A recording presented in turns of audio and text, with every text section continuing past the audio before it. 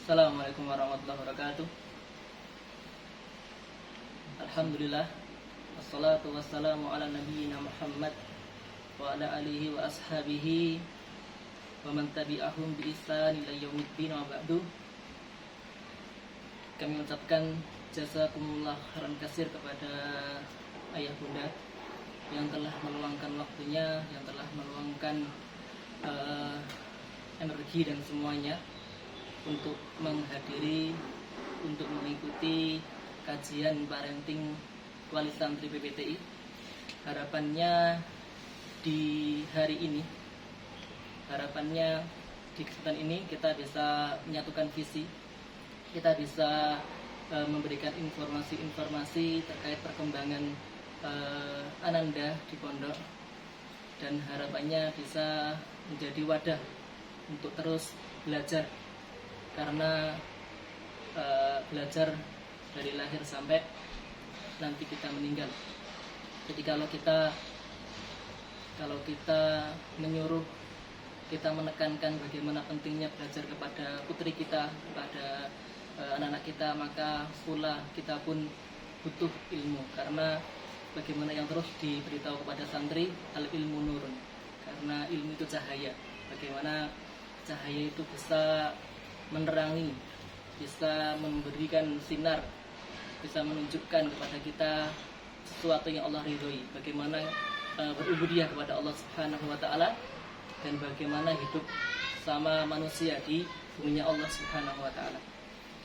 Nah, ayah bunda, pada pagi hari ini Ustadz John Haryadi masih ada agenda, masih ada aktivitas, sehingga masih belum bisa bergabung di tengah-tengah kita pada saat ini. Jadi insyaallah beliau akan menyusul, beliau insyaallah akan masuk di forum ini pukul 9.30 insyaallah. Jadi sekarang beliau masih ada agenda, maka insyaallah akan di tengah-tengah kita untuk sharing-sharing ilmu, untuk kajian parenting PPTI, wali santri PPTI.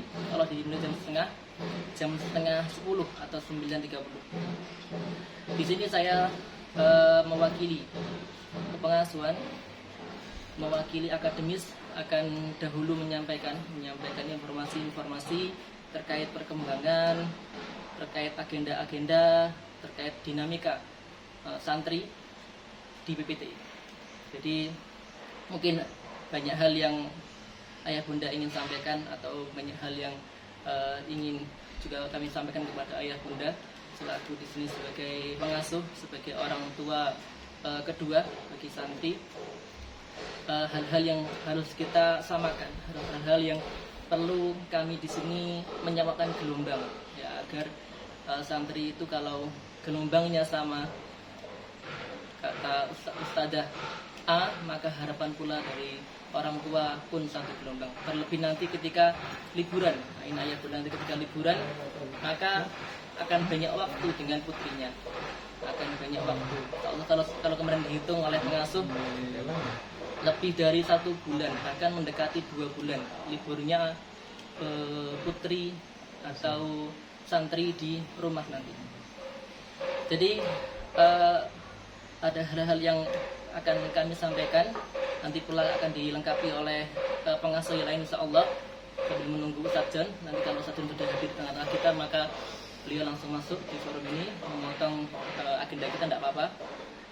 Jadi hal-hal yang ingin kami sampaikan, pertama adalah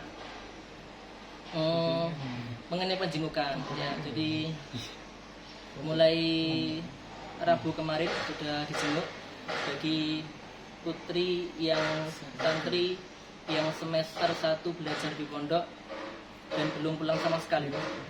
Jadi sudah diagendakan untuk dijenguk, dan alhamdulillah sudah berjalan jengukan. Ada hal-hal yang kami evaluasi, ada hal-hal yang alhamdulillah sudah baik, ya, sehingga sampai saat ini jengukan masih dilakukan, masih berjalan. Jadi banyak pertanyaan ke kami atau ke grup, bagaimana Ustadzah jika sudah menjadwalkan dijenguk atau putrinya belum pulang, tetapi nggak bisa menjenguk karena sebuah uzur, karena sebuah alasan ya, karena banyak hal-hal yang diperhitungkan sehingga ayah bunda tidak bisa menjenguk ke pondok ya. Jadi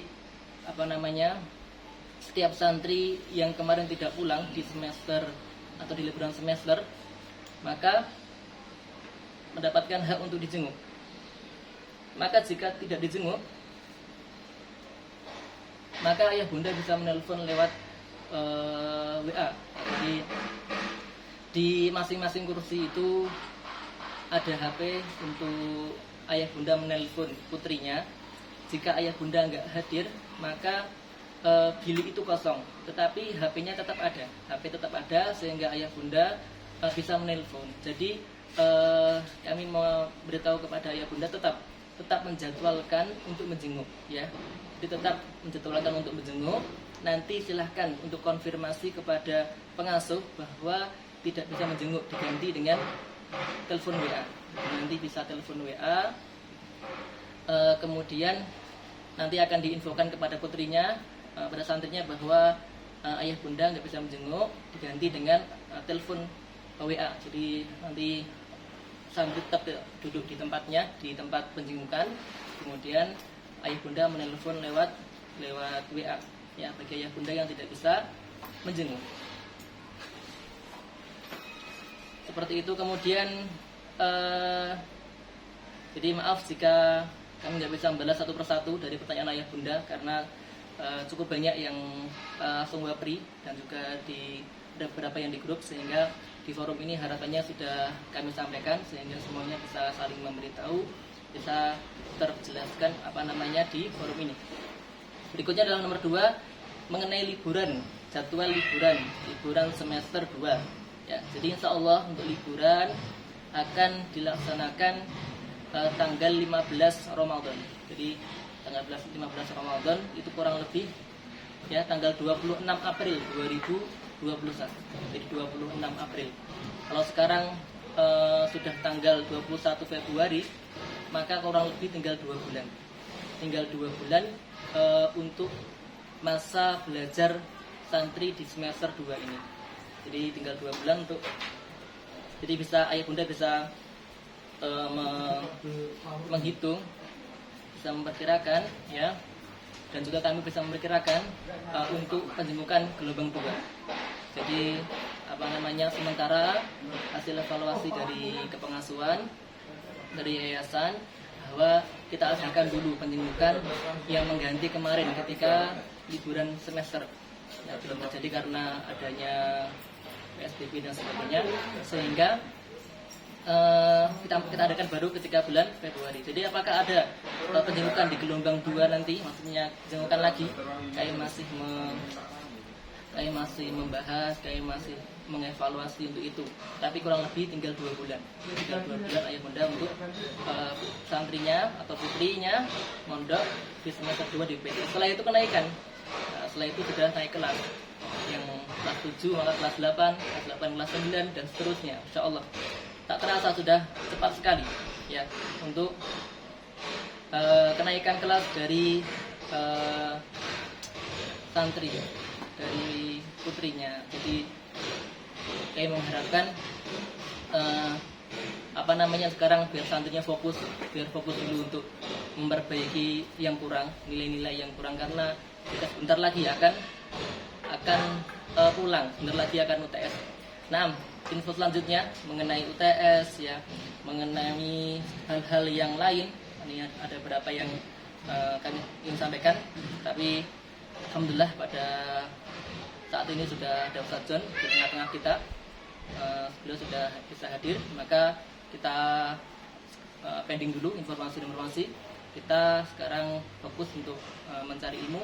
Kalau santri kita semangati untuk mencari ilmu, kita beritahu pentingnya mencari ilmu, maka mari kita semuanya untuk mencari ilmu, untuk meluruskan niat kita, bagaimana pentingnya mencari ilmu, bagaimana pentingnya menyatukan visi di pondok ini demi tercapainya apa yang kita harapkan yang sesuai dengan syariat dari keberhasilan putri santri kita semuanya.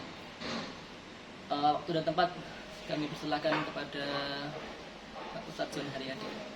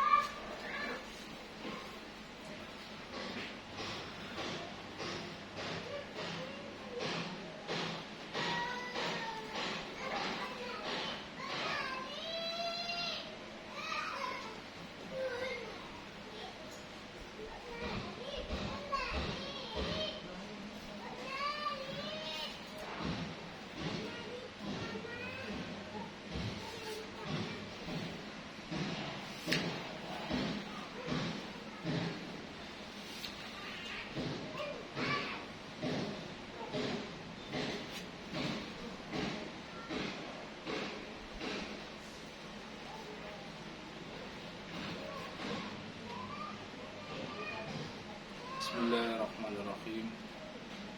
Assalamualaikum warahmatullahi wabarakatuh.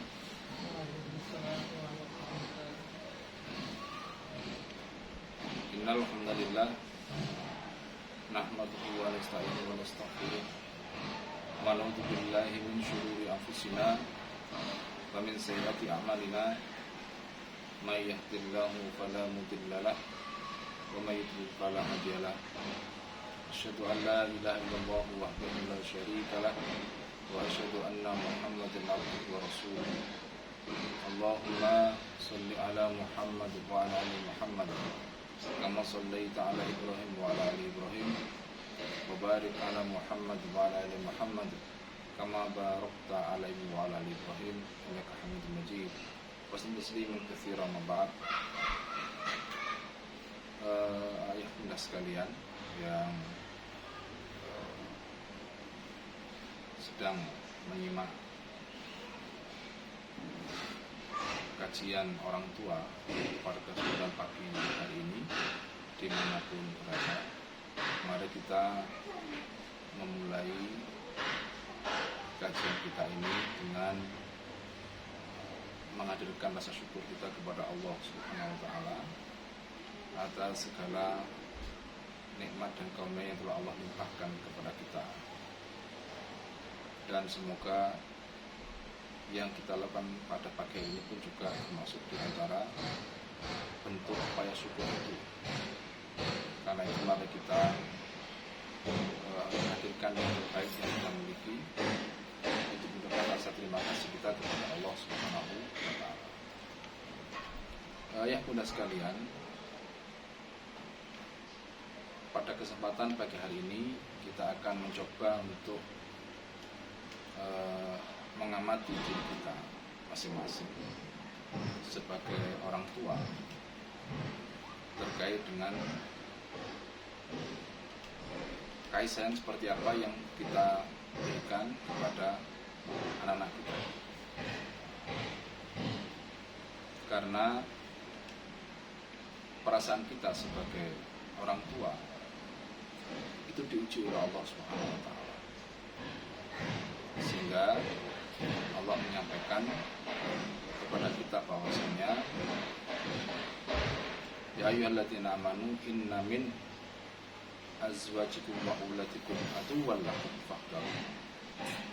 Wahai orang beriman, sungguh di sebagian pasangan di kalian dan juga anak kalian itu ada yang menjadi musuh bagi kalian, maka kalian berhati-hati.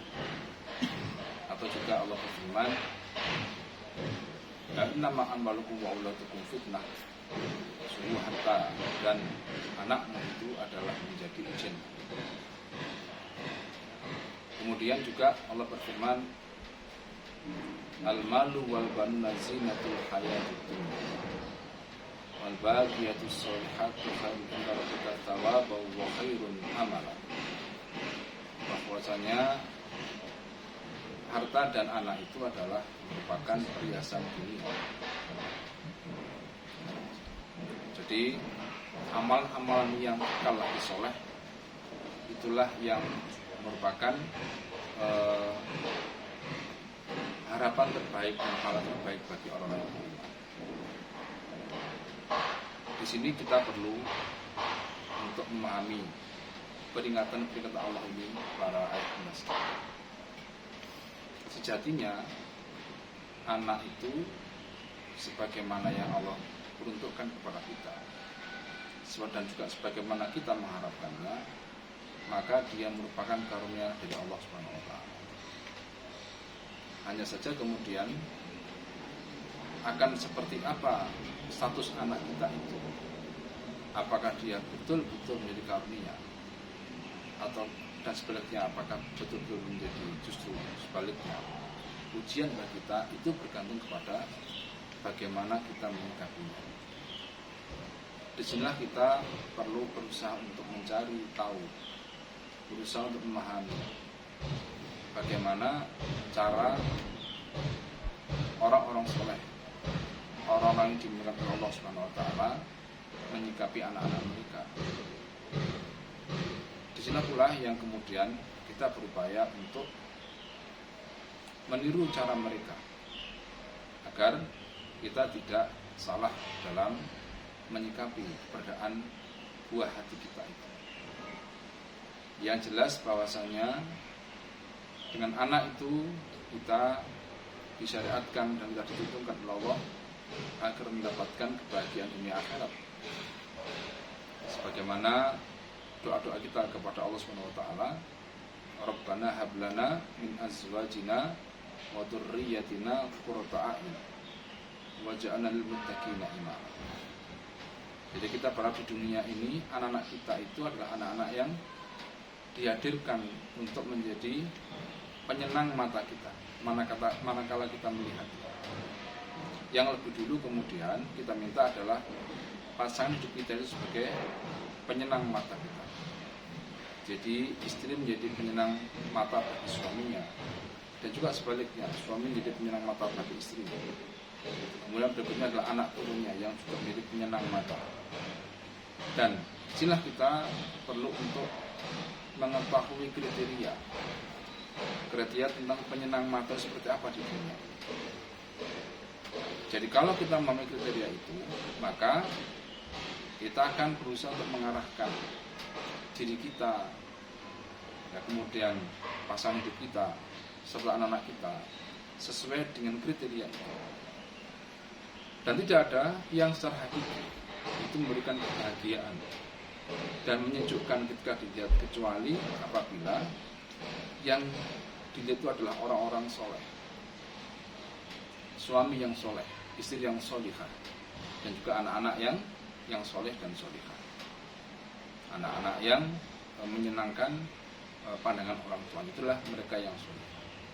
Dan soleh solihah itu patokannya adalah patokannya adalah perilaku, cara berpikir yang sesuai dengan tuntunan Allah Subhanahu wa taala. Ayah bunda sekalian, inilah tugas pendidikan kita, inilah tugas kita sebagai orang tua, bagaimana agar anak kita memenuhi kriteria itu, agar doa kita ini terkabul. Sehingga dapat dikatakan pendidikan yang kita lakukannya adalah berusaha untuk mewujudkan doa-doa kita tadi sebagai menjadi sebuah kenyataan dalam hidup kita. Jadi tidak hanya doa-doa yang terucap, tapi kemudian kita tidak memahami apa maknanya, dan juga kita tidak memahami apa kriterianya, sehingga akhirnya kita hanya berdoa, dan kemudian kita tidak tahu apa yang kita langkahkan, apa yang kita lakukan dalam rangka terkabulnya doa itu. Ayah bunda sekalian, inilah yang menjadi fokus kita.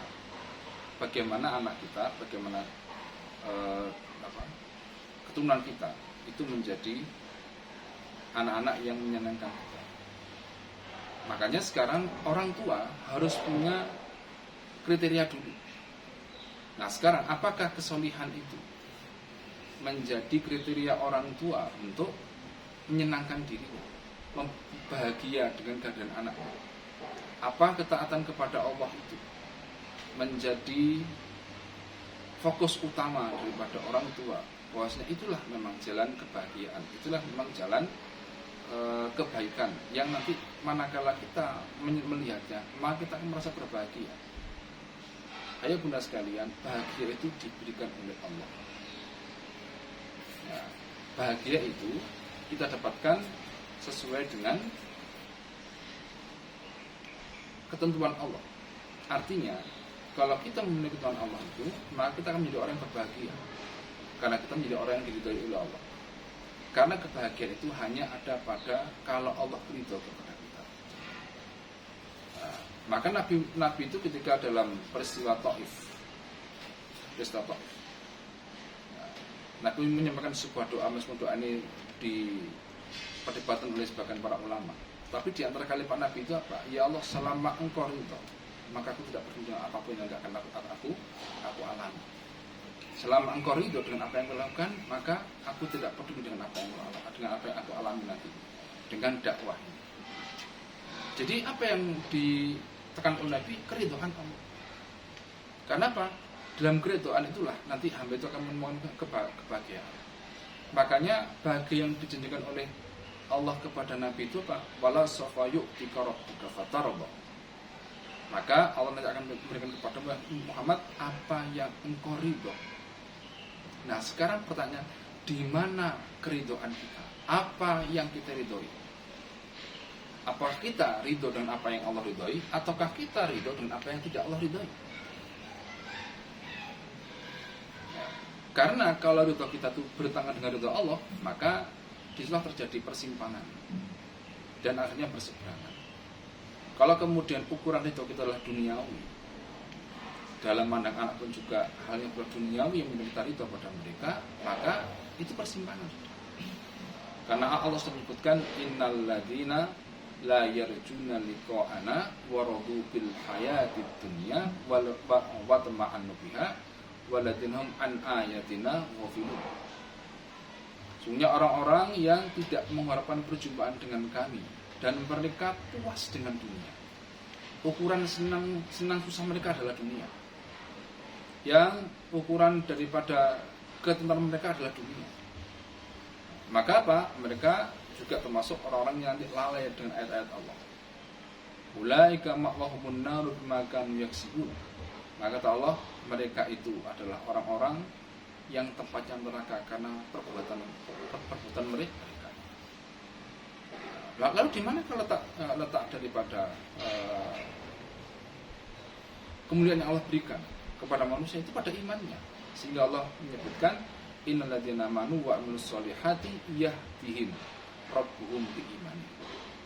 Sungguhnya orang beriman dan beramal saleh maka Allah akan memberikan petunjuk kepada mereka ya, dengan iman mereka. Jadi Allah akan ridho kepada kita. Manakala apa? Manakala kita mengukur diri kita dengan apa? Dengan iman. Nah, sekarang ridho benci kita. Ridho ataukah benci kita? Apa ukurannya? Kita ridho dengan anak kita, apa ukurannya? Ini sekali para ayat bunda sekalian, inilah yang kemudian perlu untuk kita amati dalam hidup kita sekalian. Jadi kita ridho kepada anak, kepada anak, apa yang kita ridhoi? Ada orang misalnya, apakah kita masuk di antara kita akan ridho ya, kepada anak kita ataupun yang mereka lakukan, manakala itu sesuai dengan tuntunan Allah. Ya, ibadah yang baik, keyakinan yang benar, ya, cinta kepada Quran dan sebagainya. Yang memang biasanya hal-hal terkait dengan ketaatan itu menjadi sebuah tantangan berat, apalagi untuk kita yang hidup di saat ini. Itu tantangan berat. Sehingga kemudian ini menjadi PR besar bagi kita semua tanpa kecuali. Menjadi pekerjaan rumah yang besar. Mengapa? Karena tawaran-tawaran lain yang kemudian bisa menggerus iman kita, bisa menutupi amal sholat kita, itu buahnya di mana-mana. Kita ada di zaman yang penuh dengan tantangan, tapi itulah ketentuan Allah. Kita harus hidup di zaman seperti ini, dan kita tidak sedang dalam situasi dan kondisi yang mengeluhkan kenyataan. Karena setiap apa yang ditetapkan mesti ada hikmah. Setelah Allah tempatkan kita di zaman ini, Allah tempat anak kita juga di zaman ini pun juga ada hikmah. Sekarang bagaimana upaya kita untuk menghadapi situasi ini? Jadi ayah bunda sekalian, di antara problem pendidikan itu adalah ketika anak-anak kita ini mengalami hambatan, ya, jadi dalam konteks pendidikan Islam adalah ketika anak kita ini mengalami hambatan untuk bisa satu memahami agama yang kemudian untuk bisa komit dengan agama yang sudah dia dapatkan, untuk bisa memiliki kecintaan kepada agamanya, jika kemudian dia menjadi fokus utama daripada pikiran. Nah, sekarang apa yang kita lihat atau apa yang ada pada anak kita? Kalau tidak, jadi kalau tidak seperti itu, maka kita harus bermuhasabah, kita harus melakukan introspeksi ke dalam. Di manakah persoalannya? Karena yang seperti ini tidak akan bisa selesai dengan semata-mata saling menyalahkan. Suami menyalahkan istri, istri menyalahkan suami, ayah menyalahkan bunda, menyalahkan istrinya, menyalahkan ibu anak-anaknya, ibunya menyalahkan ayah daripada anak-anaknya. Tidak bisa selesai dengan seperti itu. Karena apa? Ini merupakan tanggung jawab utama daripada kedua belah pihak. Yang jelas bahwasanya Allah sampaikan, ya ayyuhalladzina amanu qu anfusakum wa ahlikum. Nah, orang beriman, jagalah keluargamu, dan keluargamu dari api neraka. Wahai ayah, jagalah ibu anak-anak dan juga anak-anakmu dari api neraka. Setelah kamu menjaga dirimu sendiri. Ayah bunda sekalian, sampai di manakah upaya kita? Sampai di manakah usaha kita untuk itu? Yang kemudian hal ini, kalau kemudian dalam kenyataan-kenyataannya kita ada di rumah, anak kita susah ibadah, anak kita tidak semangat belajar, anak kita tidak memiliki kepedulian kepada agama, maka ya kita harus melakukan koreksi, melakukan evaluasi kepada diri kita.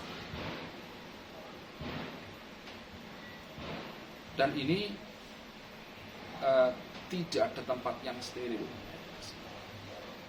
Untuk zaman itu tidak ada tempat yang steril, tempat yang aman dari situasi yang sulit. Mengapa demikian? Ya karena berbagai macam informasi, berbagai macam kehidupan itu sudah kita bisa akses di berbagai pelosok dunia, di berbagai cara hidup manusia, ya, di berbagai bangsa, itu kita bisa akses semuanya, baik itu yang sesuai dengan Islam ataupun yang bertentangan dengan Islam. Hanya saja ayat bunda sekalian, yang terkait dengan media-media yang ada yang bisa kita akses, kebanyakannya adalah sesuai dengan siapakah pemilik media-media itu. Seperti apakah ideologinya, lalu apakah visi misinya. Jadi ruhiyah seperti itu tidak bisa kita tolak dan tidak bisa kita hindari, bahwasanya apa yang ditampilkan mereka netral saja. Yang penting bahwa apapun yang mereka suguhkan itu bisa mendatangkan keuntungan. Jadi fokus utama mereka adalah keuntungan. Nah, maka kemudian kalau kita tidak bisa atau tidak mampu untuk menguatkan jiwa anak kita, menguatkan diri kita dan keluarga kita, maka akan terbawa kepada arus. Ayah bunda sekalian. Nah, disinilah kemudian kita seringkali tidak banyak orang tua yang tidak menyadari bahwasanya ada orang tua yang ingin mewujudkan kasih sayang kepada anak. Kasih sayang kepada anak. Apa kemudian ukuran kasih sayang itu? Asal anaknya tidak sedih, asal anaknya tidak menangis, asal anaknya tidak murung dan seterusnya. Itu ukurannya. Nah, sekarang apa yang dimurungkan oleh anak kita? apa yang disediakan oleh anak kita, atau apa yang menjadi gundah anak kita. Nah, kita harus paham aturan, kita harus paham ukuran itu.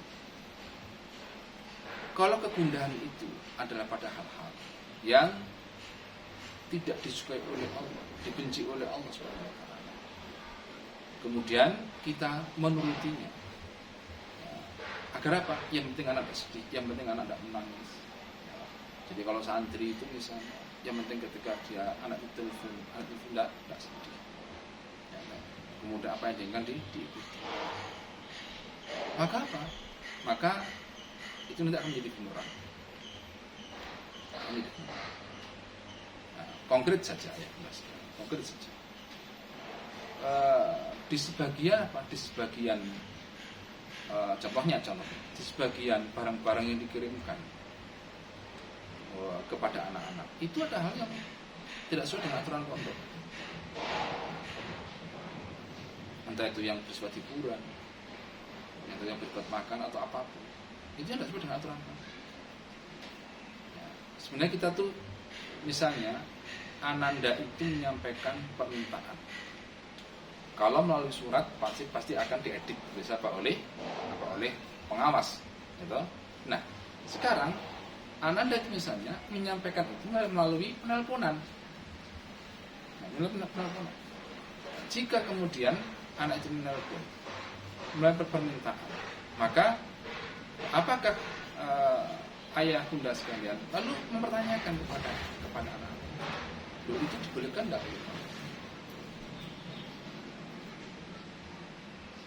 Ya, memang misalnya tidak boleh. Nah, berarti apa ini? Boleh tidak boleh terkait dengan aturan pondok perlu difahami oleh ayah bunda. Jadi tidak hanya diketahui oleh anak, kemudian ayah bunda tidak tahu bahwa itu adalah sesuatu yang dilarang oleh pondok. Dan larangan-larangan itu ayah bunda sekalian itu sudah kita tentukan, kita pilih dengan pertimbangan, ya, maslahat dan mandorotnya, dan apa nanti kalau kemudian akibatnya bagi Ananda kalau rumah itu dibawa ke ya, karena apa? Karena kita di pondok terbatas yang mengawasi Ananda ketika di pondok. Di luar itu kita tidak tahu. Ya, di luar itu kita, jadi ketika Ananda itu sudah keluar pondok, maka kita tidak tahu apa aktivitas yang dilakukan oleh anak-anak itu di sana. Kembali lagi kepada masalah aturan tadi. Misalnya gitu, barang-barang yang tidak boleh dibawa.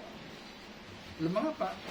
Karena barang-barang itu baik itu secara kaidah syar'i atau mungkin hal yang terkait dengan pesan-pesan yang dibawa oleh benda-benda itu, entah itu gambar, atau entah itu merchandise atau apa yang lain-lain, yang itu merupakan simbol-simbol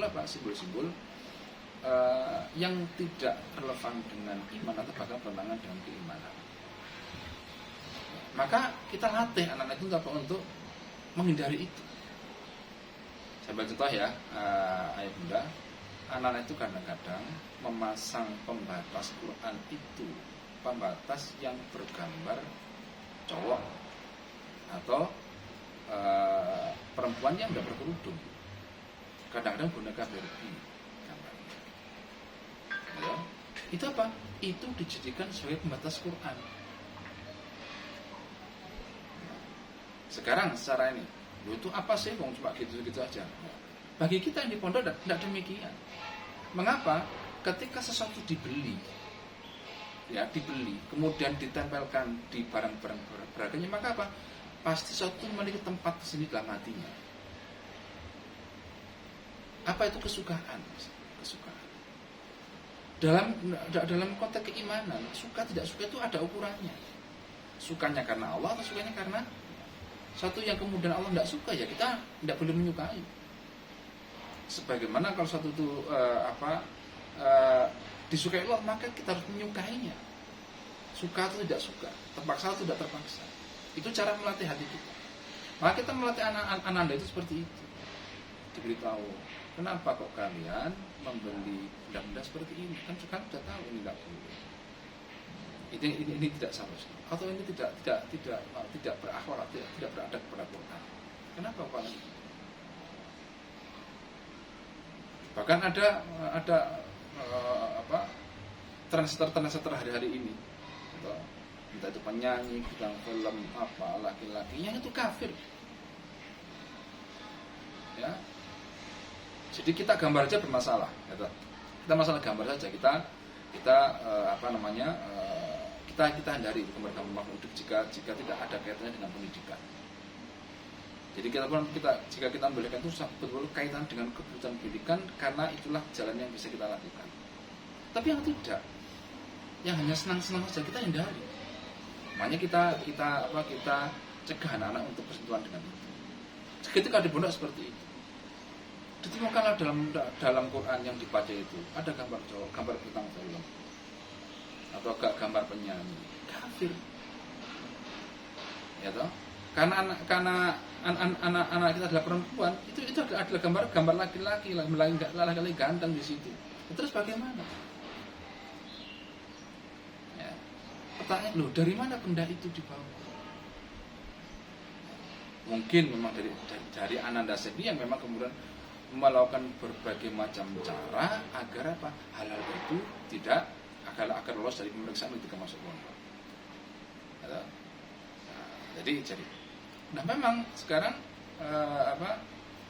ketika kemudian kebetulan ditemukan oleh seorang ustaz karena kan kadang anak-anak bisa meletakkan Quran itu ya seenak tempat yang dia temukan itu. Ya nemu di jendela, ada jendela, ada di kursi, tinggal itu aja sudah. Nah, karena memang aman. Dan kemudian ditemukan oleh ustaz ada sebagainya yang sebagai kehujanan misalnya. Kita buka-buka, ini Quran milik siapa, namanya siapa, tinggal. Nah kebetulan ada gambar-gambar itu. Jadi apa yang menjadi pemikiran kita ya bunda sekalian? Loh, kenapa anak-anak kita kok suka kepada tokoh-tokoh ini? Apa istimewanya? Apa istimewa tokoh-tokoh?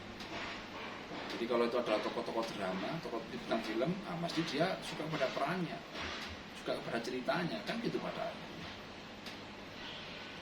Jadi apa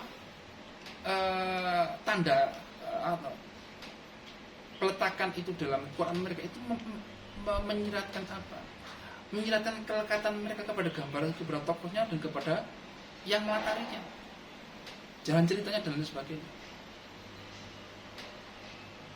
Sementara misalnya terkait dengan tokoh-tokoh yang Allah agungkan, para nabi, orang-orang soleh, itu ketika kita sampaikan, itu memerlukan waktu yang panjang. Karena untuk bisa memasukkannya ke dalam hati, itu pun kalau bisa. Ya semoga misalnya kalau sampai ada yang dapat sedih pun, semoga setelah itu bisa sampai. Ya. Harapan kita seperti itu. Jadi misalnya sampai ada lulus itu tidak bisa masuk juga itu. Kisah nabi-nabi yang hebat itu tidak bisa masuk. Tidak bisa masuk. Nah, terus dari mana itu kok muncul kedekatan itu? Karena apa? Karena kelekatan. Kelekatan itu karena sering bersentuhan, sering berinteraksi. Interaksi dengan apa? Dengan yang terkait dengan itu, entah itu informasinya, entah itu beritanya, entah itu ceritanya. Jadi kadang-kadang kita tidak sadar. Ya, sebagai orang tua mengatakan itu kan untuk refreshing. Karena itu mulanya kan untuk apa? Untuk refreshing, untuk hiburan. Ya, untuk hiburan. Tapi kemudian kita tidak sadar bahwasanya kadang-kadang langkah atau akibat daripada yang kita lakukan itu jauh lebih daripada yang kita lebih jauh dari yang kita duga. Jadi anak sampai lekat, sampai tahu ulang tahunnya hari apa, gitu. Apa sedihnya itu kapan? Itu sampai tahu semua detail. Ditanya musuhnya Nabi siapa, tidak tahu. Kapan Nabi bersedih juga tidak tahu. Tapi ini orang namanya orang kafir kan berarti kan musuh Allah. Gitu? Data musuh itu lengkap diketahui. Coba. Dan itu ya benar sekalian sebagian yang kita audiensi. anak-anak yang masih seperti ini. Itu kenapa? Apa yang kamu suka dari ini? Apa yang kamu kagumi? Sehingga pas engkau kemudian lekat betul kepada kelebihan. Ya, ada yang menjawab, ini adalah penyemangat Ustaz. Ya, seperti itu penyemangat. Loh, kamu semangat dari apa? Karena ceritanya mereka adalah orang-orang yang berusaha untuk bisa survive, berhasil dalam hidup. Maka kemudian dia itu sukses dari orang-orang yang katakanlah kiri, sekarang jadi orang sukses. Betul-betul itu yang menjadi yang menjadi sebab kamu kagum pada dia. Iya. Sekarang kalau ada orang yang sama, ada orang sama saya adalah orang yang sukses karena dia telah berhasil berhasil mengubah hidup. Ada seorang anak pemulung, ya, dia sekolah, dia berhasil, tapi dia bukan bintang film, bukan apa. Kamu kagum pada dia. Nah, diterbuktikan Ananda diam. Ya, berarti kan bisa ditebak. Berarti bukan itu latarnya, bukan itu motif bahwa engkau mengagumi dia. Karena apa? Kalau ada yang saya tanya, ayah bunda sekalian, ada yang saya tanya, coba kamu tahu ayah bundamu sendiri? Apa ayahmu juga termasuk misalnya ayah? Termasuk orang yang dulunya adalah orang yang berjuang dari nol untuk bisa jadi sukses. Iya. Tapi mengapa kamu kok tidak kagum pada ayahmu?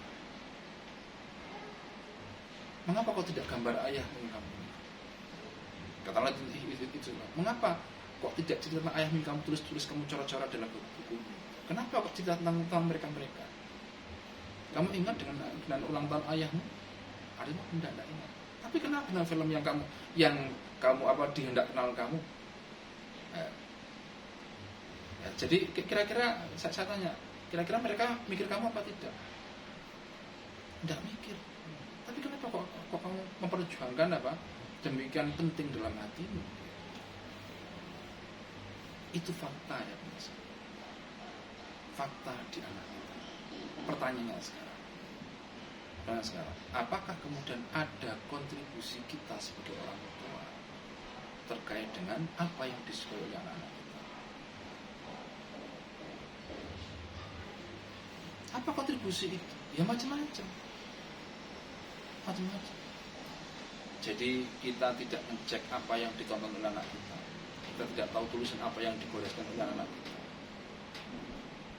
Dia itu nulis apa di diarinya. Dia itu punya coretan apa di kertasnya itu.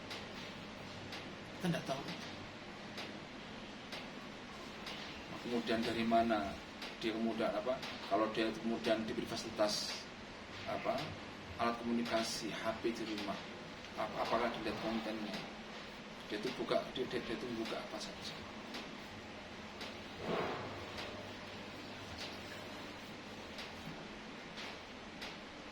Kemudian ya ketika Ananda itu telepon dalam keadaan menangis, menyedihkan apa? Misalnya, barang itu tidak boleh, dilarang oleh pondok. Anak kita merengek misalnya, pokoknya temanku nanti akan gini. Akhirnya dituruti. Nah, ayah bunda sekalian, ada dua jenis kasih sayang dalam konteks ini, dalam konteks orang tua. Apa tuh?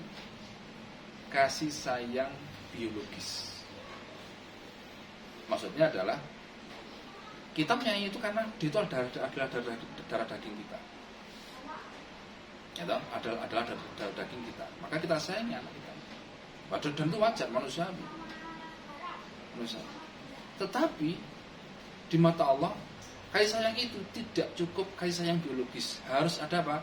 Kasih sayang yang sifatnya itu diniyah. Kasih sayang itu apa? Yang motifnya itu adalah agama. Itu apa? Menyelaraskan kasih sayang batin kita itu dengan apa? Dengan keridhaan Allah Subhanahu wa taala.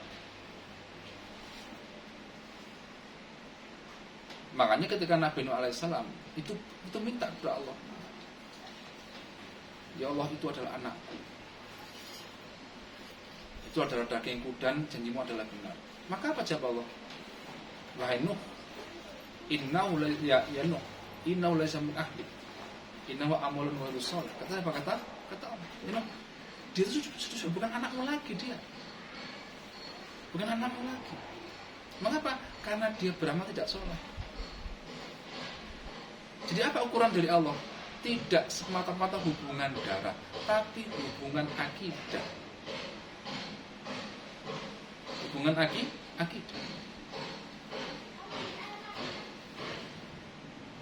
Ayo bunda sekalian, nanti coba dibaca lagi drama itu, drama Nabi Nuh dan anaknya. Sekarang gini loh, mudahnya gini mudahnya. Ya, kalau ada anak yang hanyut banjir, kira-kira bagaimana bapaknya? Apa bapaknya nonton aja? Ya, ditonton loh, ya. Ya, kira-kira bagaimana pandangan orang? Loh, itu bapaknya kok nonton tok kan gitu. Ada anaknya kena bahaya, bapaknya diem saja. Nabi Nuh kan gitu kan. Anaknya kena banjir, tapi Nabi Nuh enggak terjun ke banjir itu untuk menolong. Jadi sebagian ahli tadabbur mengatakan, loh mengapa? Karena secara akidah, jadi anak itu jadi korban itu karena akidah yang tidak sama dengan ayahnya. Maka apa kata Allah tadi? Innahu laysa min ahlik, innahu amalun ghairu shalih. Itu sudah bukan anakmu lagi, karena apa? Dia beramal tidak saleh. Terpisah. Tapi Nabi Nuh sebagai ayah biologisnya bagaimana? Ya dia merasa itu darah dagingnya. Karena itu minta kepada Allah agar diselamatkan. Tapi kata Allah, enggak, dia sudah bukan anakmu lagi. Karena keyakinannya berbeda. Jadi sekarang kasih sayang yang jadi Allah didikkan kepada anak Nabi itu apa? No, kasih sayang itu bukan hanya kasih sayang biologis, tapi juga kasih sayang agama. Ayo bunda sekalian, pondok di sini atau lembaga pendidikan yang manapun itu dominannya adalah dominan kasih sayang apa? Kasih sayang agama. Mengapa? Itu mau tugasnya. Kasih sayang biologisnya ya sedikit. Makanya kemudian kita tuh menegahkan untuk anak kita. Ya, tega apa? Jika suatu tidak sesuai dengan syar'i, maka kita tegakkan, menangis ya tidak apa-apa menangis. Lebih baik menangis dunia daripada menangis akhirat. Nah orang tua sekarang, ayah bunda sekalian, di mana kasih sayang? Kasih sayang biologisnya atau kasih sayang syar'iyahnya yang dikedepankan? Harapannya seiring. Jadi bagaimana kasih sayang sebagai darah daging itu juga dengan ukuran syar'iyah. Agar apa? Agar tidak menjerumuskan kasih sayang. Karena ayah bunda sekalian, kasih sayang biologis itu hanya berlaku di dunia. Nanti di akhirat itu ukurannya adalah ukuran agama. Sehingga kan Allah sampaikan, yauma yafirul mar'u min akhihi wa ummihi wa abihi wa sahibatihi wa bani likulli imrin yawmin sya'nu yughni. Jadi apa? Nanti ketika hari kiamat itu bagaimana? Yang mulanya saling cinta di antara anak dan ayah itu terpisah kalau keyakinannya tidak sama. Kenapa? Ketika itu yang Allah jadikan ukuran itu apa? Ketaatannya kepada agama ketika di akhirat itu. Makanya banyak akhirnya ayah anak terpisah, suami istri terpisah, saudara juga terpisah. Karena apa? Karena masalah keyakinannya, masalah ketaatan. Maka ya bunda sekalian, di mana kasih sayang kita sekarang sebagai orang tua? Dominan di mana? Dominan di biologisnya, karena adalah darah daging kita, ataukah pada sisi syar'iyahnya? Kalau tidak ingin menjadi fitnah, bagaimana? Maka sisi syar'iyah itu harus menjadi bingkai daripada kasih sayang biologis kita. Jadi meskipun dia menangis kalau itu sesuatu yang dilarang oleh Allah, maka apa? Maka tidak boleh diiyakan. Sekalipun dia menangis, tapi untuk sesuatu yang dilarang oleh Allah, bagaimana? Tidak diiyakan. Kalau itu melanggar atau tidak diiyakan. Mengapa? Karena apa? Kasih sayang itu hanya akan menjadi obat bius sementara, menenangkan anak sebentar, tapi beresiko di belakang hari. Dan itu kalau akumulasi nanti,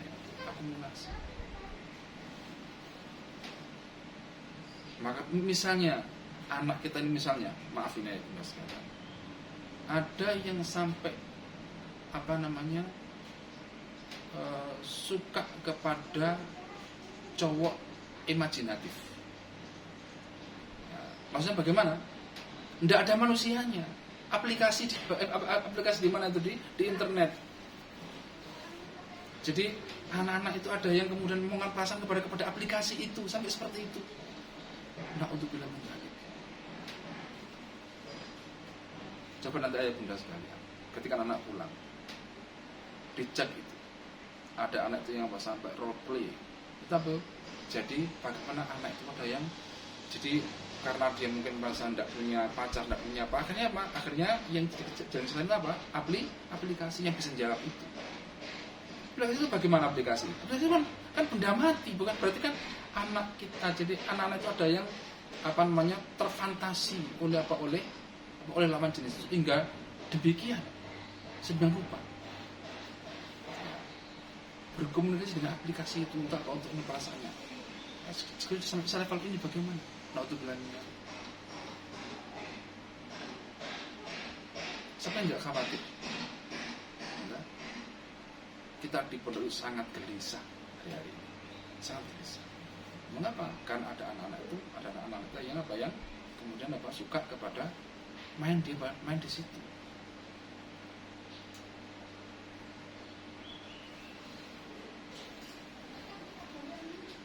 Kita berusaha sebatas kemampuan kita, dan itu tidak disukai oleh anak-anak. Sebagian kecil tidak disukai. Makanya kemudian dengan berbagai ekspresi kita tidak suka. Tapi itu fakta. Nah, sekarang yang kita cari adalah latarnya dari mana.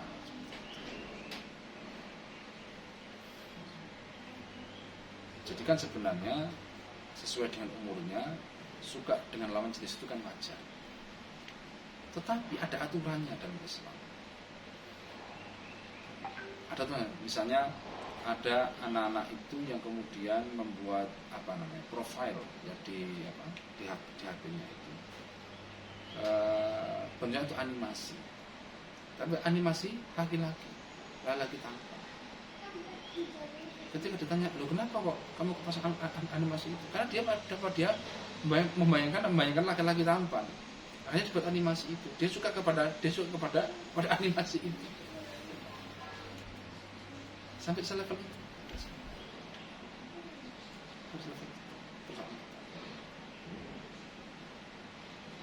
Makanya kita berlindung kepada Allah.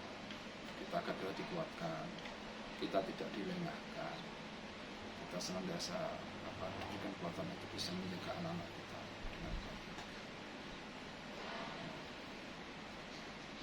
Ya, ayat bunda sekalian, bagi saya ini adalah sebuah di satu kebaikan kalau memang kita mengantisipasinya dengan baik.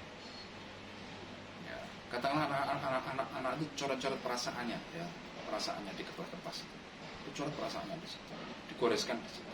Akhirnya kita tahu ini siapa, ini ada manusianya. Ternyata itu adalah hayalan dia. Ya, kita berusaha mengantisipasi. Kita berusaha untuk mengantisipasi sebisa kita. Bagaimana mengantisipasinya? Ya, kita luruskan. Entah untuk ada tahap-tahapnya, ada saat-saat. Nah, sekarang yang kita lihat adalah dari mana ide itu, dari mana itu. Kemudian dia mendapat kesempatan di mana, nah itu yang menjadi PR kita bersama-sama. Nah, Jadi kembali lagi saya kepada belakang saya tadi. Ayo bunda sekalian. Ya. Sekali lagi, yang menjadi fokus utama perhatian tidak hanya murungnya anak, tidak hanya linang air matanya, tidak hanya suara senggukannya ketika dia menelpon, tapi apa? Tapi lihat apa yang diminta. Apa yang diminta. Ketika kemudian itu tidak sesuai, maka kembali kepada kaidah. Fa'asa an takruhu syai'an wa huwa khairul lakum wa asa an takruhu syai'an wa huwa syarrul. Bisa jadi engkau membenci sesuatu tapi itu baik. Dan biasanya engkau menyukai sesuatu tapi itu tidak baik. Jadi bagaimana menuruti harapan buah hati bisa-bisa, tapi apa? Tapi kemudian ternyata itu beresiko kepada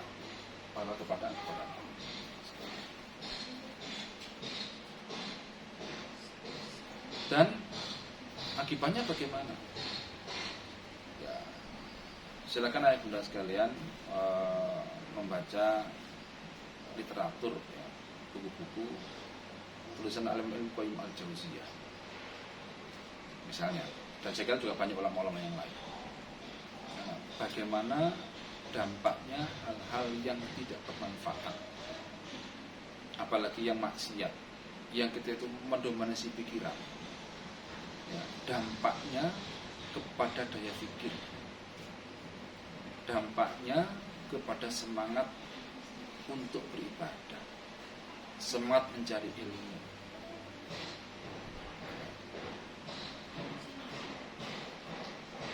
Dampaknya kepada fokus. Itu semuanya menghambat fokus. Kenapa? Ya Allah tidak ridho kalau kemudian hati itu milik Allah. Hati milik Allah. Kalau kemudian dalam hati itu, manusia itu, hamba itu ternyata menempatkan hal-hal yang tidak disukai oleh Allah dalam hatinya, dalam ingatannya, dalam perasaannya. Itu adalah hal yang tidak disukai oleh Allah. Maka apa? Maka kalau hati itu diajak untuk mikir Allah, mikir ayat-ayatnya, mikir ajaran itu berat, ngangkatnya itu berat. Harus dibersihkan dulu, harus dibersihkan.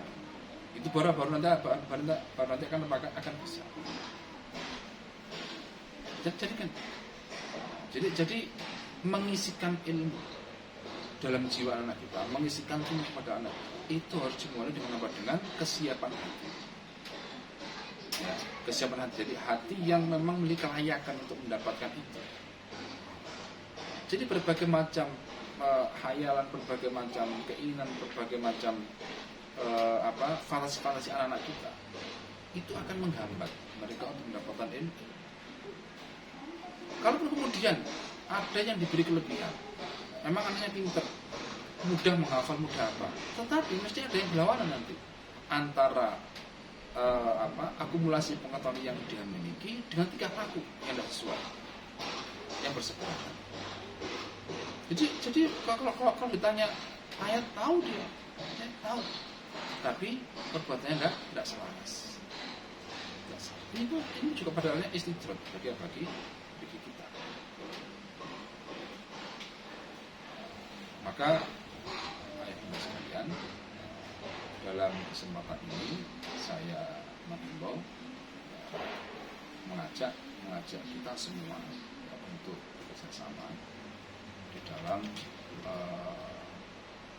mengupayakan hal terbaik untuk hati kita.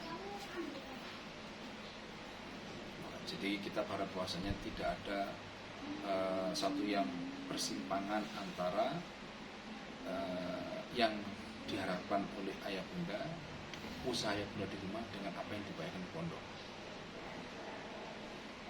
atau sebaliknya apa yang dibayar di pondok tidak kemudian berseberangan dengan apa yang dilakukan oleh orang tua di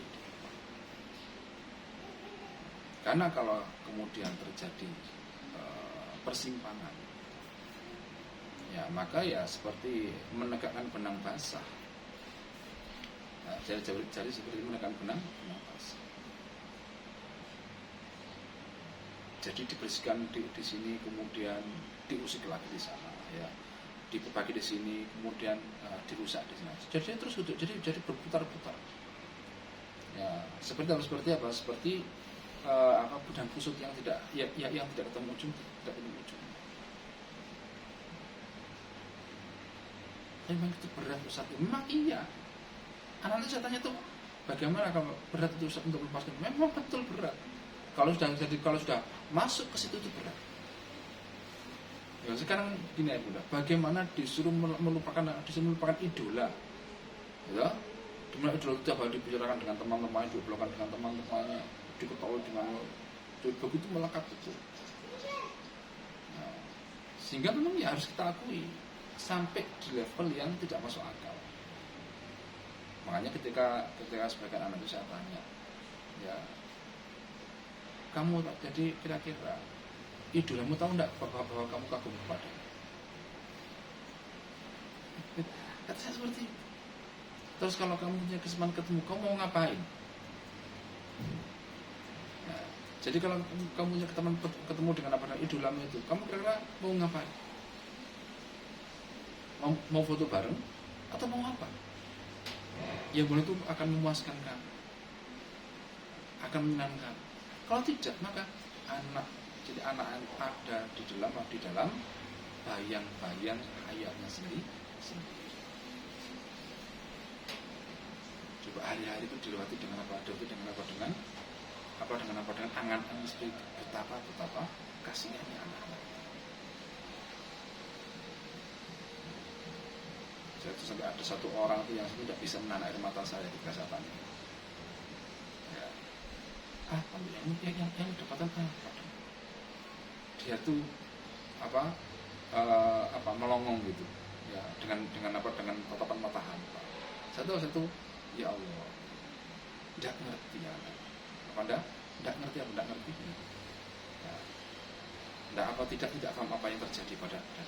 Luar biasa, sihirnya itu luar biasa. Jadi sihir budaya itu luar biasa, menimpa.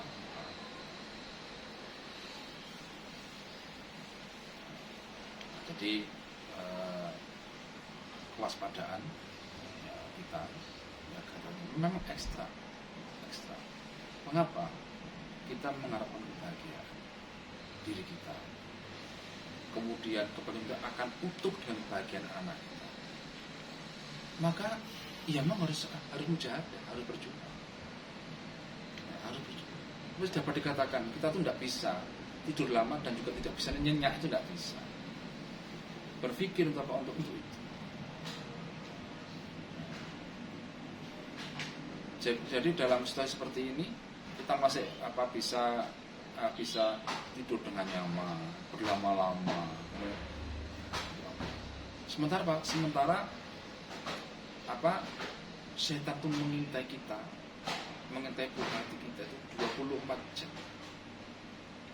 Di sadarnya, di tidurnya, di mainnya, di lengahnya, di serius itu diintai terus, diawasi terus. Maka kemudian kita merasa letih, sementara dia yang menggoda tidak pernah merasa capek. Setan di jalan kebatilannya tidak merasa capek. Maka jangan sampai kemudian kalau kita merasa di jalan yang benar, lalu kita merasa lelah.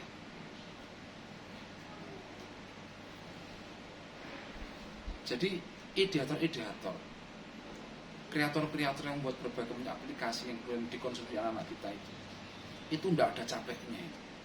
Mencari ide terus bagaimana apa sekarang? Ya ada aplikasi web khusus komik dewasa. Itu macam-macam. Dan sebagian anak kita tahu gitu.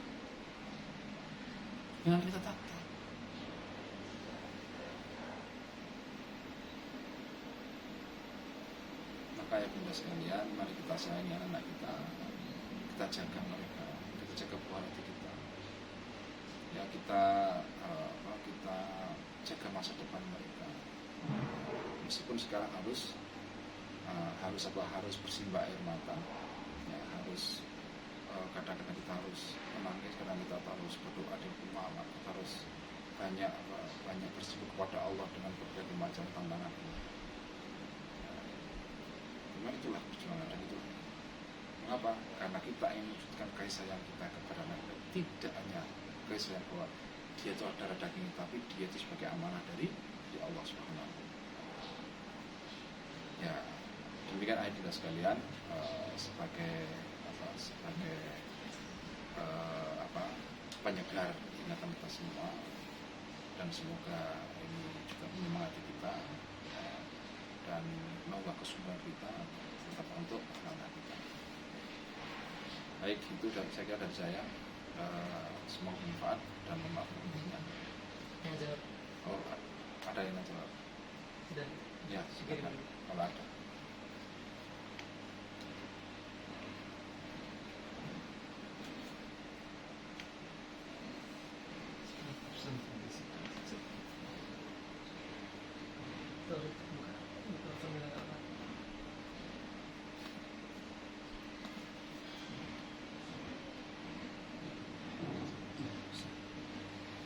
Bisa nyalakan langsung atau aktif.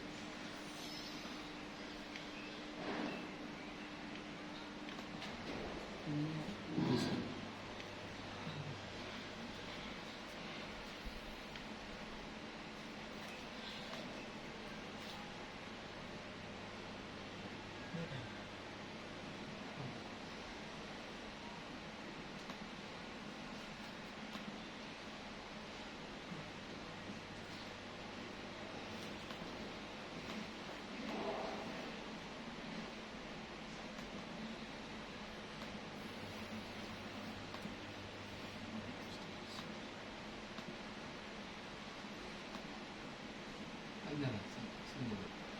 Ini pakai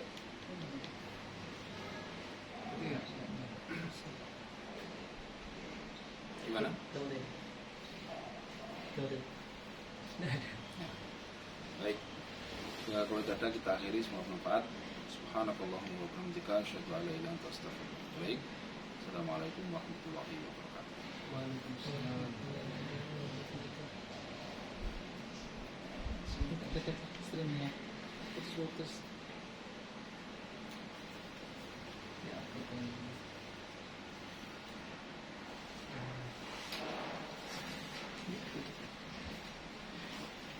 menit belum selesai pengumuman.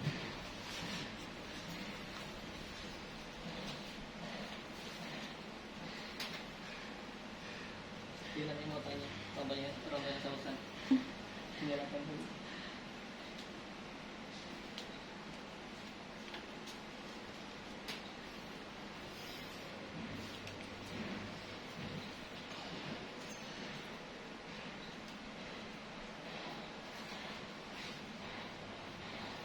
Mengucapkan jazakumullah khairan kasih kepada Ustaz John telah memberikan ilmunya dan juga menyampaikan dinamika perkembangan santri PPTI Putri Ayah Bunda bersama dan juga kita bersama. Nah, saya melanjutkan dari pengumuman pengasuhan ya, tadi sampai di poin bahwa insya Allah akan liburan pada tanggal 26 April 2021. Berikutnya adalah mengenai kurang lebih tinggal 2 bulan. Mengenai UTS, jadi UTS akan dilaksanakan insya Allah pertengahan Maret. Jadi kurang lebih tinggal 2 minggu pasca setelah ini ya. Jadi UTS ulangan tengah semester. Jadi nanti untuk santri, jadi setelah tanggal 15 Ramadan ke 26 April belum selesai tahun ajaran. Jadi libur dulu karena memang pertengahan Ramadan kita libur dan juga ketika libur semester 1 sebagian libur, maka coba untuk diajukan, maka liburnya pertengahan Ramadan dan nanti setelah selesai Idul Fitri ya, setelah selesai masa liburan ya, nanti dilanjutkan semester 2 kembali.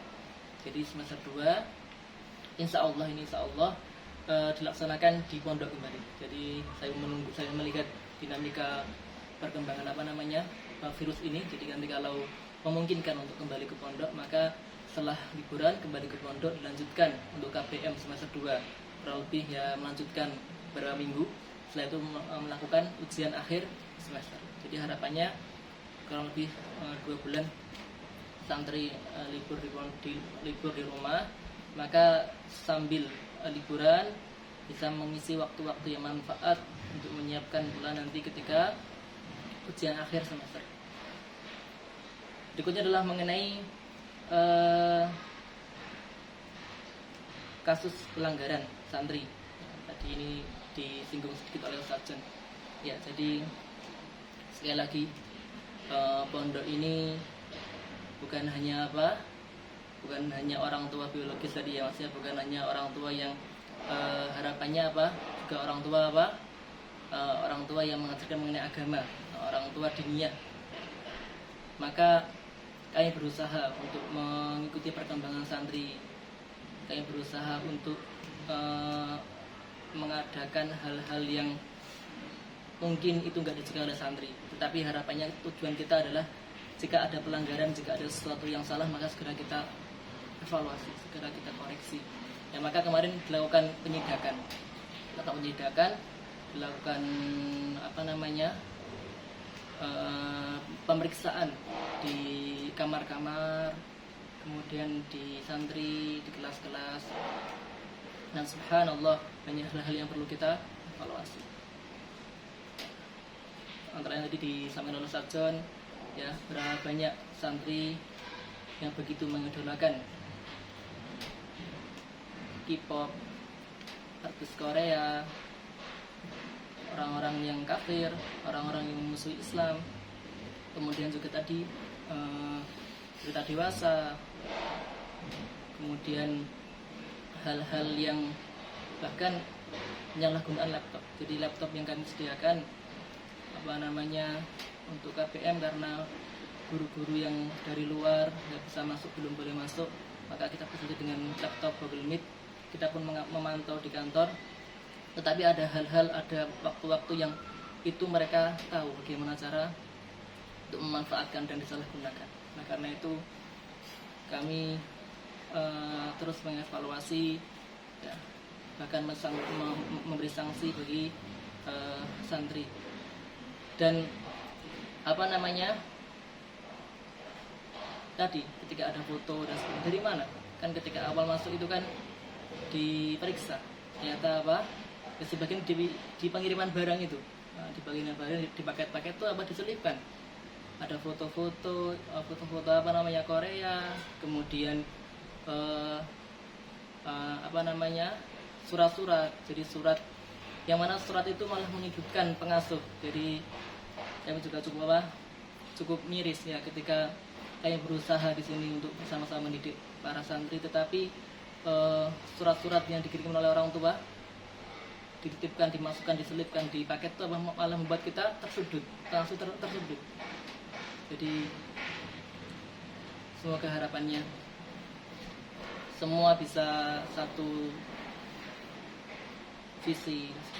Tapi saya lihat tadi cuma kurang lebih sepertiga oleh santri yang mengikuti kajian ini. Jadi harapannya semuanya bisa mengikuti, ya, sehingga semuanya bisa satu suara. Sehingga beberapa hari ini pengiriman kami batasi, dan hari ini untuk penelponan kami tiadakan, karena ada hal-hal yang perlu kita komunikasikan lagi dengan orang tua, dengan santri, mengenai apa fungsi dari penelponan. Jangan sampai penelponan disalahgunakan.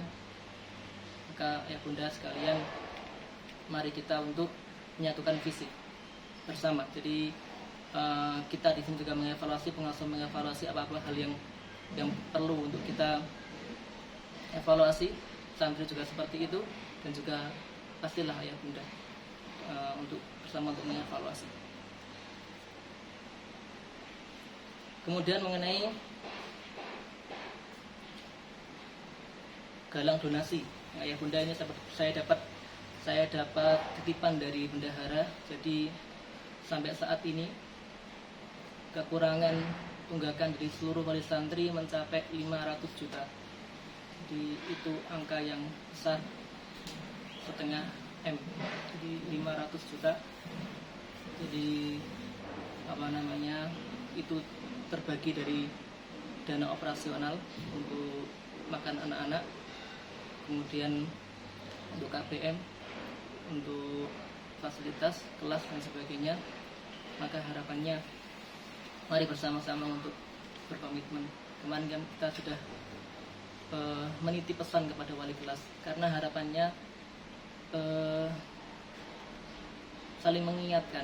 Nanti ketika sudah menumpuk-numpuk tidak terasa itu banyak sekali, puluhan juta, bahkan belasan juta, bahkan sampai melebihi itu. Maka itu berat nanti bagi ayah bunda sekalian. Ketika tahun terakhir mengambil ijazah dan sebagainya, kemudian berpuluh-puluh juta. Oleh karena itu harapannya mari untuk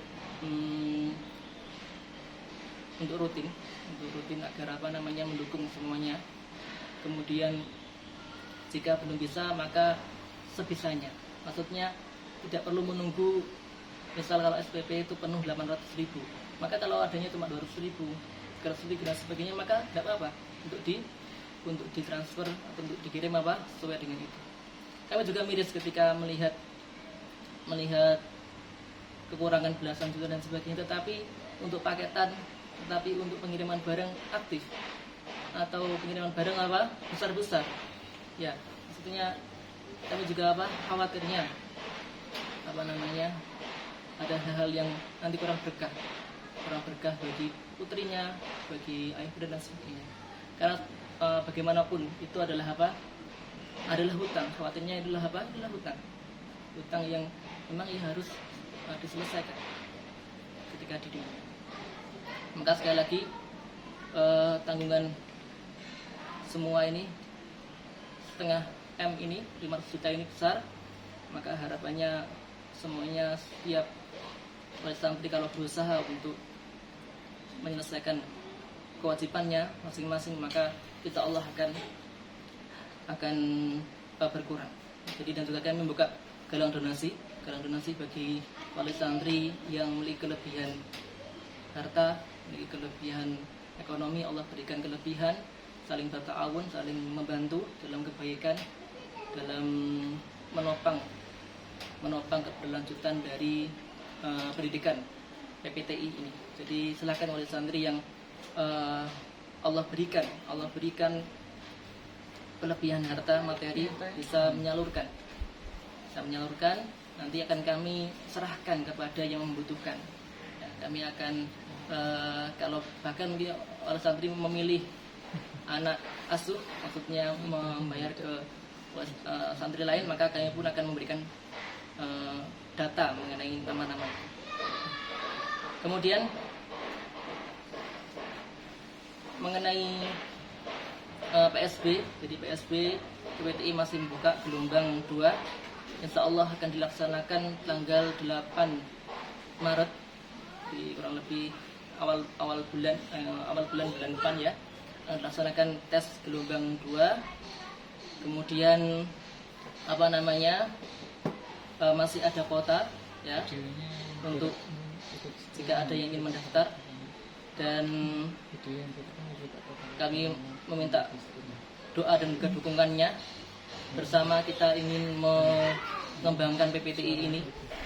Jadi kami bersama ingin mengembangkan PPTI dari mengembangkan kelasnya, ya, fasilitas perpustakaan, sehingga buku-buku seperti ini buku-buku banyak literasi Islam itu di tempatnya yang sesuai, kemudian santri bisa menikmati, bisa merasakan bagaimana nikmatnya literasi, nikmatnya membaca buku.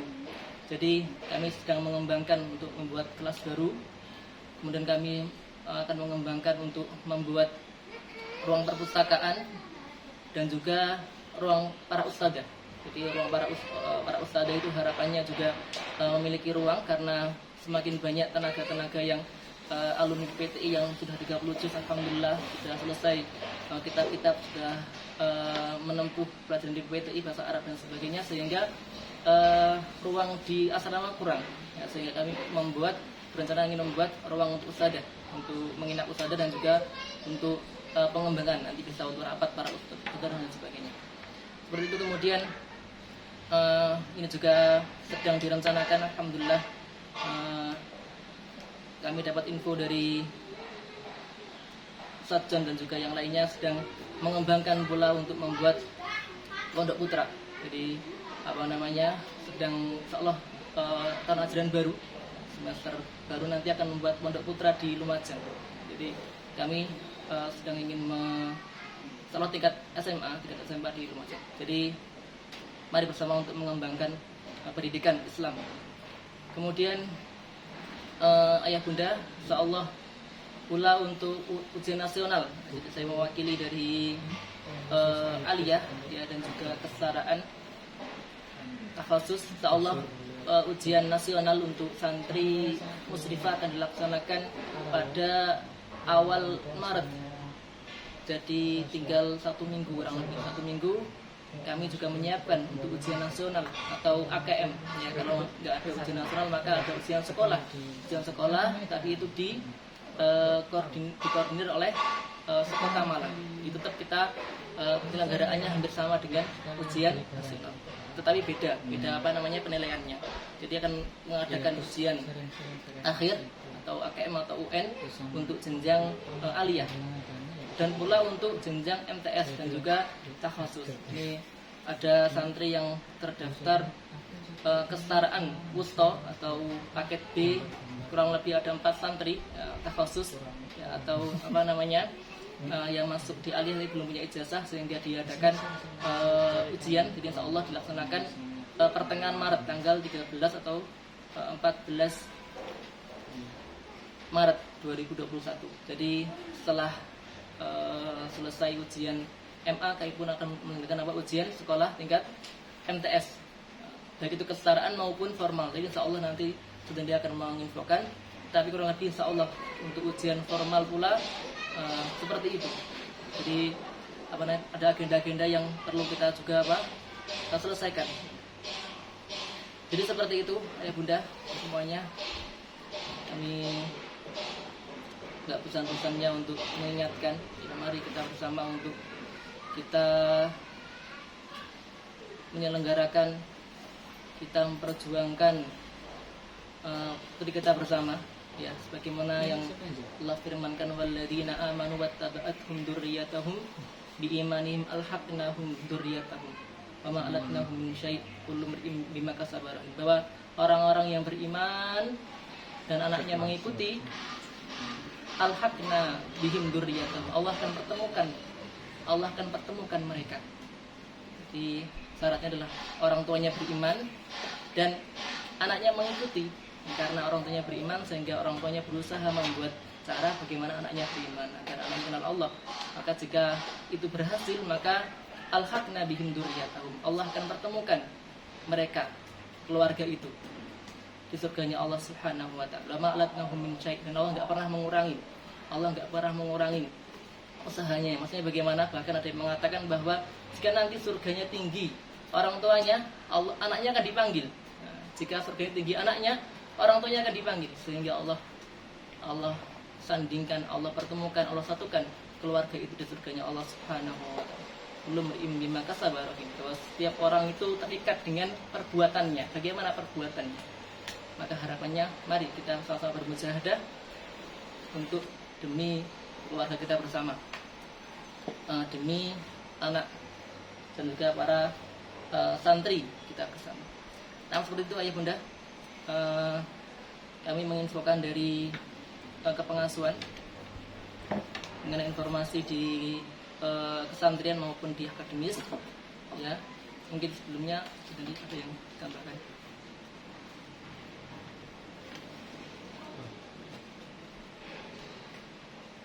Ya.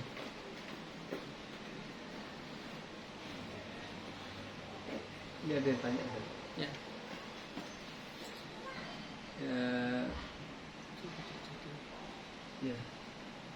Jadi Ummu Fatimah, Ustaz, jika terjadi permasalahan seperti ini, maksudnya permasalahan di santri ya, apa terjadi komunikasi antar pihak pondok dan orang tua secara pribadi?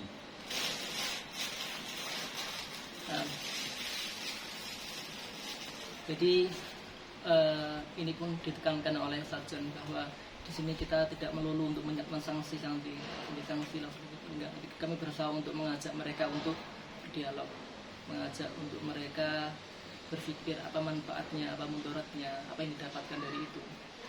Jadi dan bahkan seminggu ini kami cukup bekerja keras, bahkan ada beberapa yang diliburkan kelas diliburkan karena ingin mengajak bicara mereka apa manfaatnya satu persatu. Jadi kalau yang kemarin itu di list itu ada 30-an 5 santri, hampir 40 santri yang terindikasi atau yang ada macam-macam kasusnya itu. Kami cuma memanggilnya, mengajak bicaranya. Bagi yang sudah kasusnya butuh orang tua, maka paling jelas memanggil orang tua atau mengajak atau menghubungi orang tua. Menghubungi orang tua bagaimana kebiasaan putrinya di rumah. Ya. Karena ternyata kami menemukan di lapangan, kenapa kok begitu? Karena diizinkan oleh orang tua. Atau loh, kan karena orang tua saya tidak apa-apa Ustaz, seperti itu. Misal mengenai Korea, mengenai K-pop dan sebagainya. Kenapa begitu? Karena ibu saya atau orang tua saya tidak masalah mengenai itu. Jadi berarti kita belum satu visi. Kita belum ya nanti tidak maksimal apa yang kita sampaikan kepada santri kita seperti itu. Jadi pastilah ketika ada sesuatu hal yang membutuhkan orang tua, kami akan menghubungi orang tua. Jadi ada beberapa orang tua yang dipanggil dan dari bunda kami sampaikan, juga ada santri yang kami pulangkan kepada orang tuanya. Jadi karena memang ini sudah kasusnya sudah perlu kita bicara dengan orang tua, setelah itu setelah kita komunikasi maka apa? Ya sementara ya kita pulangkan putrinya kepada orang tua. Kita coba untuk mengkomunikasikan, mengajak bicara, mentarbiyah santri yang lain dulu. Nah,